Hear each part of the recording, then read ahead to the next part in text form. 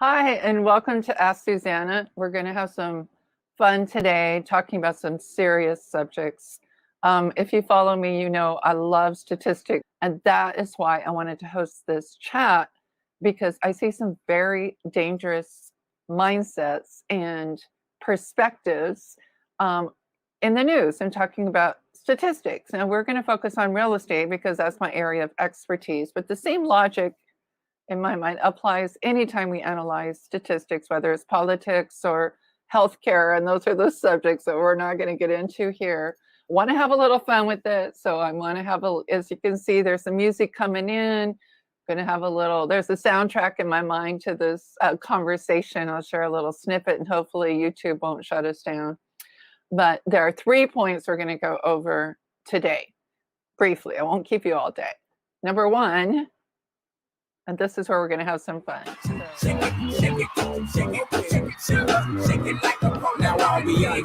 Okay, so is everybody dancing? I mean, that song is stuck in my head all weekend. When we look at statistics, that's what comes to my mind. It's like we're looking at a Polaroid picture. Markets are complex. Information is deep. And quite often when I see news reports from CNN, Bloomberg, they're talking about real estate, they are looking at one particular set of data, which doesn't tell the whole story and can be very, very misleading. Case in point, I ask you to be aware, keep your eyes open when you see news reports and they talk about the median price of real estate. And that's what has been the basis of a lot of stories I've been following.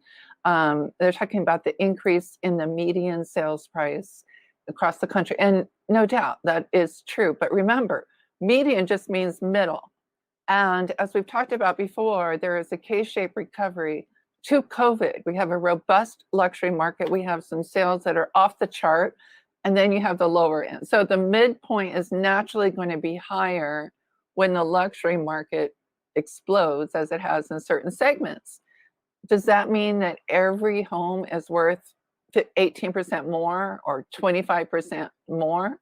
No, that doesn't really help us measure or take the temperature of the market in your area or give you any kind of real insight that you could use to plan whether it's time to buy or sell. And that frankly irritates me because real estate is a huge investment, whether you own one home or 100. So when we look at the market, it's like turning that Rubik's Cube. There are so many different ways to look at numbers, so many different numbers to look at. So you can look at, saturation rate, how quickly homes are being absorbed into the market. The Rittenhouse condo market, amazingly has now, as of July's numbers, crossed into a seller's market when it's been a very, very soft buyer's market. It was 18 months of inventory, meaning it would take that long to sell everything's on the market, what we call the saturation rate, a year ago. And then in December or January, it was running around 10 months of inventory. Now we're at 5 months of inventory. But again, that's overall. Working with my clients, I analyze each condo complex as its own micro market. So even within the same zip code, even within the same price range, in other areas that translate to looking at block by block. So, we'll get to it. That's my third point. So we'll get into that in more detail. But that goes to show you can take a Polaroid picture from way back looking at the national trends. And then we go in and take a Polaroid picture looking at saturation rate, looking at median home value, looking at days on market, looking at price appreciation from last year, which could be irrelevant because last year was so strange. Looking back 5 years.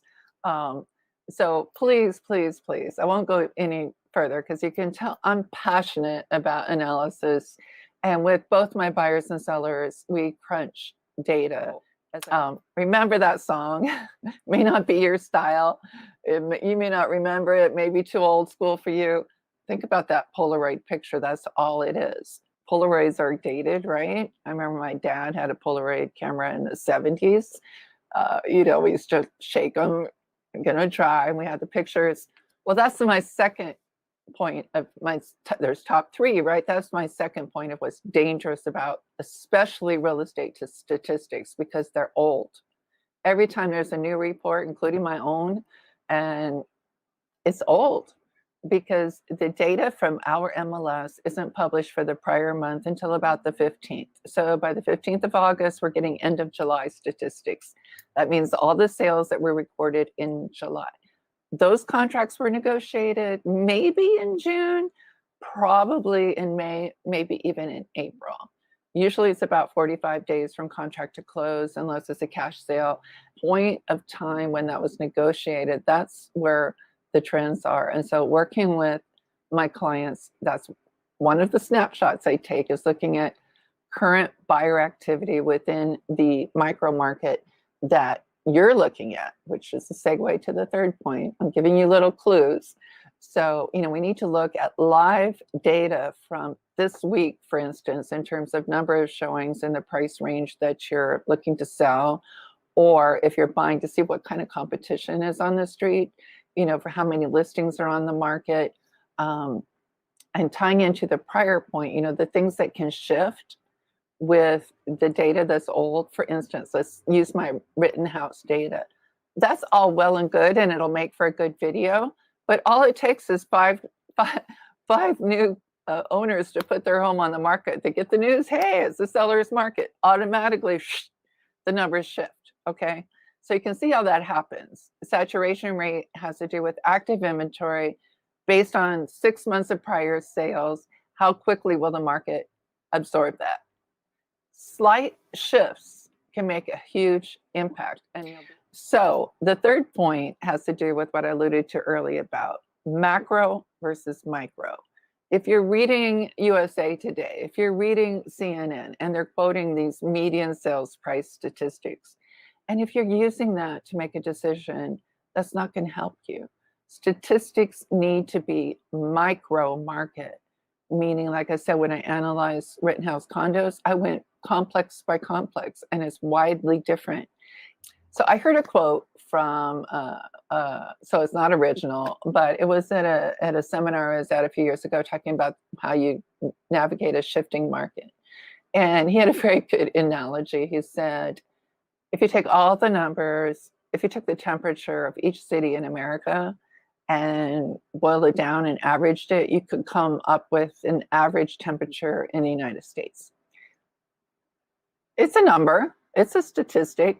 Will it help you plan your day? Will it help you know what to wear? Not at all. The same with real estate. And that's exactly what these national news sources do, and what they're the sources that they quote. They take an amalgamation of numbers and boil it into one temperature for the entire country. And it's entertainment, and you've got to look at it as that. It's a point of information. It's not wrong, but you need to look at what are they reporting on. That is that national temperature. You need your local expert to give you the local news, the local temperature for your property or your ideal home that you're trying to buy. So those are my three top dangers of statistics that I wanted to alert you to, and just kind of put a little bug in your ear. And hopefully that soundtrack, or at least some tidbits from this video, will stay with you. Please keep dancing. Have a great day. Always feel free to ask me anything. That's why I call Ask Susanna. I'm always available to help. You can call, text, or email, whatever is easiest for you.